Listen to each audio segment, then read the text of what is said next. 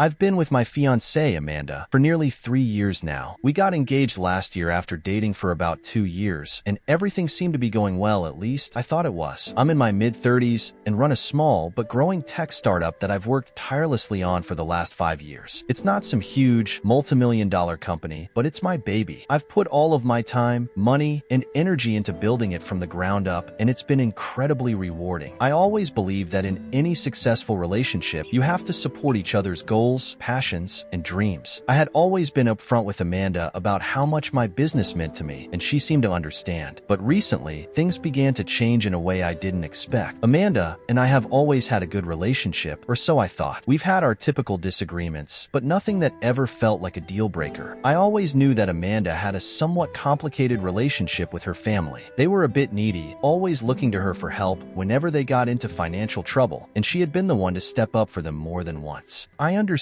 that she wanted to help them. Family comes first, right? But over time, I started noticing how she would often prioritize their needs over mine, subtly downplaying the importance of my own work or aspirations. I ignored these small red flags because I thought we were building something together, and I thought that we could navigate challenges as a team. But then, about a month ago, Amanda came to me with an unexpected request that completely blindsided me. We were sitting in our living room one evening, talking about wedding plans, when she casually mentioned that her parents were struggling financially. She then asked me if I would be willing to gift her parents a share of my company. At first, I thought she was joking. She had a way of making odd, somewhat ridiculous requests in a joking tone. But when I asked her to clarify, she explained that it wasn't a joke. Apparently, her parents had gotten into some financial trouble, and she was asking me to give them 15% of my business. My mind started racing. 15%? That's a massive chunk of my company. I told her that I didn't think it was a good idea, not just because of the financial implications, but also because I didn't want her parents involved in the business. My company is something I've built from the ground up. It's not just about the money. It's about my vision, my hard work, and my future. It's my livelihood, and I was in no position to hand over that kind of control to anyone, especially not someone I barely knew. I could have helped them in other ways, by loaning them money, offering some advice, or even helping them find other financial opportunities. But this wasn't something I was comfortable with. To my surprise, Amanda didn't just accept my response with understanding. Instead, she became defensive and upset. She accused me of being selfish, of not caring about her family, and said that if I truly loved her, I would do this for her. The conversation quickly escalated into something I hadn't anticipated. I tried to explain why it wasn't a reasonable request, pointing out that my business was my livelihood, and that giving away such a significant percentage wasn't just about the money. It was about my ability to make decisions, grow the company, and secure my own future. But Amanda wasn't listening. She was so focused on her parents' needs that it seemed like nothing I said mattered. And then, in one of the most shocking moments of the conversation, she said, "If you won't do this for me and my family, then maybe we shouldn't get married at all." I was stunned. It felt like emotional blackmail. She was essentially telling me that if I didn't sacrifice part of my business for her parents, our engagement was off. The more I thought about it, the more it hit me. This wasn't just about helping her parents. It was about control. Amanda wasn't asking me to help in a way that honored our relationship. She was demanding that I hand over a substantial portion of my life's work in order to secure her family's financial future. She wasn't thinking about our future, she was thinking about their future. And her ultimatum made it clear that I wasn't being considered as an equal partner in this decision. I had always thought that our relationship was built on mutual respect, but now it felt as though I was being tested to see how far I would go to please her and her family. The more I thought about it, the more I realized how this wasn't an isolated incident. Over the years, there had been other instances where Amanda seemed to place her family's needs above mine, or tried to pressure me into doing things I wasn't comfortable with. She often made subtle comments about how my work was less important than her family's problems, or how I should be more understanding when they needed help. I had always chalked it up to her being close to her family, but in this moment, it became clear that she wasn't respecting my own boundaries and aspirations. The realization hit me hard. I wasn't just saying no to a business deal. I was saying no to a pattern of behavior I hadn't recognized before. The days that followed were filled with tension. Amanda kept pushing the issue, and I kept refusing. I tried to explain again why I couldn't give up 15% of my company, but the conversation always ended in frustration. She kept reiterating that this was a test of love, and that if I truly cared for her, I would do this for her family. I started doubting myself. Maybe I was being too rigid. Maybe I was overthinking it. But deep down, I knew this wasn't about love or sacrifice. It was about respect. I couldn't let someone manipulate me into sacrificing my dreams and hard work for their benefit. Finally, I reached a breaking point. I realized that I couldn't marry someone who would manipulate me like this, someone who would make demands without considering my needs and boundaries. I wasn't willing to give up my business just to please her or her family. And if Amanda couldn't understand that, then maybe our relationship wasn't meant to be. I called her one evening and told her I couldn't marry her. I explained that I couldn't be with someone who didn't respect my dreams and my boundaries, and that if our relationship was going to be based on manipulation, then it wasn't something I wanted to continue. She was devastated, of course. She cried, she pleaded, and she even accused me of not loving her. But I stood firm. I packed my things, moved out of our apartment, and cut ties. In the weeks since the breakup, I've had a lot of time to reflect. I'm hurt, but I'm also relieved. I dodged a bullet. I thought Amanda was the one, but now I see that she wasn't. She wasn't the person I thought she was, and I'm better off without someone who would prioritize her family's financial needs over my future. I've been able to focus on my business again, and it's been a breath of fresh air. I've also received multiple calls from her parents trying to guilt trip me into reconsidering, but I've ignored them. It was never about the money. It was about the lack of respect and the manipulation. This wasn't a relationship built on love, but on control. I'm not angry anymore. I'm just grateful it ended before we walked down the aisle.